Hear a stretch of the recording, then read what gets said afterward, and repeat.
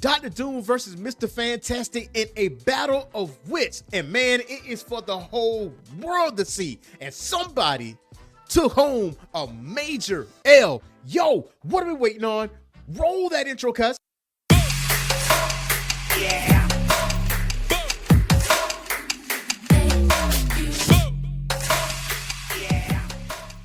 What's going on, Geek Corner? This is your boy, Earth Smack, the Mad Scientist. Welcome back to the Orange Phoenix Media channel. Today, we are going to cover One World Under Doom number 6. And a good chunk of this is going to be this battle of wits, like I said in the intro, between Mr. Fantastic and Dr. Doom. And what better way to do it is on the grand stage. What better way to do it than in front of the whole entire world, man. So I highly encourage you guys to stick around to the very end of this video, man. That way you can get all of this content. And do not forget to hit that like and subscribe button and that notification bell. So with One World Under Doom, they were able to take care of Dormammu, that major threat. But Mariah Hill showed up at the end of issue 5 and she says, listen, I got a way to get under Doom's skin. I finally figured out a way to get to Doom, but we have to distract him somehow, get him away from Latveria, because that is where this big secret is. So what better way to distract Dr. Doom than to challenge his intellect in a battle of cognitive know-how in front of the world? And what better opponent to have than Mr. Fantastic? Now, there is a wager involved. And Mr. Fantastic, you know, Reed definitely goaded Dr. Doom in doing this. Even though Dr. Doom acknowledges the fact that Reed is goading him into a conversation, he doesn't know as to why. Because he says, behold, citizens, Mr. Fantastic, see how clumsily he attempts manipulation. See how transparently he tries to get what he wants. And see, too, how Doom is unafraid. For I do not bargain for what is already mine. And yet Doom not only accepts your stakes, Doom raises them. I want only what is best for my world. And if you are what is best, reachers, then so be it. Should you win this discussion, old friend, Doom will step down. Now, then, let us proceed. Let us, you and I, decide the fate of our world. Now, from that standpoint, it's called the conscience of the king. Now, man, listen, it is a great narrative between Reed and Dr. Doom because no lies were told between these two. Because it says, in front of the planet, Reed and Doom discuss, they dispute, they contest. Both men command logic, but Doom can operate on an emotional plane, an interpersonal plane that Reed does not have easy access to. Reed and Doom can both win minds, but only Doom can win hearts. Now, the thing is about Reed Richards is that he's no politician. He's one of the smartest people in Marvel. However, he's also one of the most socially awkward people. Now, you've seen that in full splendor on the big screen in the most recent Fantastic Four film, First Steps, because, you know, Reed is socially awkward. Like, he just thinks in a different realm, knowing that he's the smartest man in the room most times. That's just how he thinks. Like, he doesn't use emotion at all. And if with that flaw, he has trouble connecting with people. But Doom, however, doesn't have that trouble because he can speak on that emotional plane. So it goes on to say, so Reed deploys his only advantage given to him by Mariah Hill. So it says that I have persuasive evidence, Victor, that the events of the Blood Hunt, the very events I will remind our audience that led to you both the mantle of Sorcerer Supreme and of Emperor could have been prevented. But you, sir, you knew what would happen. You knew how many people would die. And Victor, you let it happen. It says that Reed knows it's a hit. It should be a triumph because Reed underestimated Doom. You're like, man, I'm smarter than this man, whatever the case. And he even cracks a smile at Doom like, yo, bro, I got you. It's checkmate already. There's no need for further conversation. Doom is still unfazed by this. And then Doom goes on to say, On December 7th, 1941, years before the Pax Victorious, Japan struck America at Pearl Harbor. And the English leader Churchill, a man repeatedly considered the greatest prime minister in British history and one of, if not the greatest Briton of all time, knew this attack was coming. Churchill faced a choice: warn the Americans and prevent the attack, thus prolonging the war indefinitely, or let the events proceed, thereby drawing America into the conflict and hastening the fall of Hitler forever. His decision to keep it a secret came too late, for many of my people already killed under the genocidal policies of XYZ, but it would lead to orders of magnitude more, including my family surviving the war. Reed says, no, that was never proven. There's no evidence, even now, decades after the fact, that the Allies. And Doom interrupts, nor has all the evidence been shared, Richards, and much of it has been destroyed. But Doom does not destroy his past, nor does he hide from its consequences. Doom stands before you unapologetic for the impossible choice he made for your greater good. That is what leaders do, and it is what has saved us all. Now it goes on to say that Reed Richards knows two things. The first is that what Doom just said is an emotional appeal, unsupported and unsupportable, blurring facts and feelings together. And the second thing he knows is that he is losing. Waste no time in this issue. The ability that Doom has to influence the people over Reed Richards. And maybe in future issues of Fantastic Four, he can be a little bit more emotionally intelligent, but Doom gonna always have the upper hand in this, guys, when it comes to people and him. Now, it goes on to say, you've repeated, Emperor, the remarkable claim that nobody can rule this world but you. But what evidence do you have to support that? For centuries before you, humanity has always worked together to evidence. You speak to me of evidence? Tony Stark's arc reactor technology could have given the world energy clean, safe, and boundless. Instead, he encases it deep within a weapon he wraps around himself, ensuring he is the only one who may wield it. The Black Panther hoards his nation's wondrous gifts, insisting all beyond his jealousy, guarded borders are unready for this bounty. Storm could have consigned droughts, floods, and heat waves to history, yet she chose not to. Instead, she helped terraform Mars and kept that world for herself.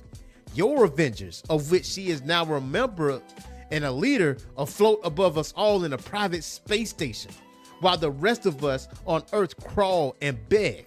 Hank Pym could have ended hunger in a week, an afternoon, yet your friend chose only to enlarge himself. And your mutant associates cured death, yet they never shared this cure. It was and remained an incalculable act of hate. These petty beings of endless avarice, Richard calls them allies. He calls them friend. And had they been permitted to ruin our world, they would have then simply voyaged into a sea of parallel universes, leaving us to clean up their mess. Because unlike them, we have no chance of escape. And you, Mr. Fantastic, the smartest man in the world after Doom, and what do you do with your intellect? You share nothing. You publish nothing. You invent wonders and hoard them within the smallest group of all, your own family. You, Richards, you are the greatest disappointment of them all. Here, take this. I hate when I'm forced to take these. Now, I'm not even on the cap, man. Doom cooked with this one. He straight up flambéed Richards, because everything he says has some level of truth to it, because this is public knowledge. All the technology that Stark created, all the abilities and technology that Black Panther and Storm has, and the intellect of Mr. Fantastic could end a lot of things that's going on in the world. But why haven't they fixed those? So if you are in the public eye and you are the public, you're going to look at this and like, okay, there may be some truth to it, but only Doom, Doom was able to save you from all of these worldly issues that you have outside of superheroics that the Avengers or the X-Men or the Fantastic Four has accomplished. So Doom goes on to say, do not speak to me of history. I have studied it, understanding it as only those who have suffered under great men can. You gain your power under the world as it was, thus have tremendous self-interest in keeping it exactly the same. Only doom, vilified and attacked by you and your allies could change things, because only doom had nothing to lose. You would never permit him to gain it. Your greed, your thundering hubris ensured that only doom could save the world. You created the one thing that could finally defeat you. Doom, Richards. Only doom. Now, through that whole dialogue, we goes back, because this is really a distraction for Doom, because Dr. Doom is not going to turn down the chance to embarrass Reed Richards in front of the whole entire world. Based off the information that Mariah Hill has for the Avengers and mutants and everyone else in between, they go to outside of Latveria and was able to go inside and find out what exactly is going on. And what they find is very alarming, because it's a wasteland. There's no one in Latveria. And Dr. Doom prides himself on taking care of his people of Latveria. So Scarlet Witch, Invisible Woman, and Black Widow find this facility that they were able to easily get into, because with that barrier, it's keeping something from getting out. And what they discover is something that is very un-Dr. Doom-like. They see the Latverians in these capsules getting drained and harvested of their life force. Now, with that bit of information, they relay that to Mr. Fantastic. And he says, listen, man, look, I apologize for this debate that we got going on, but this is the first footage from inside Latveria anyone has seen in months. And we now know why Victor is sealed it off. He seeks only to hide his crimes. Now, Doom, this is where he loses his cool for the first time, because for the first 5 issues, he was Gucci. It was nothing anyone could do, because he says insolence, like, how dare you do that? And Reed like, yeah, I dare do that. These people are being tortured. Doom like, you will give me that holographic projector, and you will. He like, no, Victor, I will not. Now, this citizens of Doom, these are volunteers, true loyalists who agreed to sacrifice themselves for the good of everyone else. They are heroes, men and women. So at that point, Doom is still trying to manipulate. And Reed interrupts them immediately. He's like, we are looking at children. And see, this is what I mean by this being Dr. Doom-like. Like, Dr. Doom will push the envelope, but as far as harming innocent children, that's never been part of his wheelbase.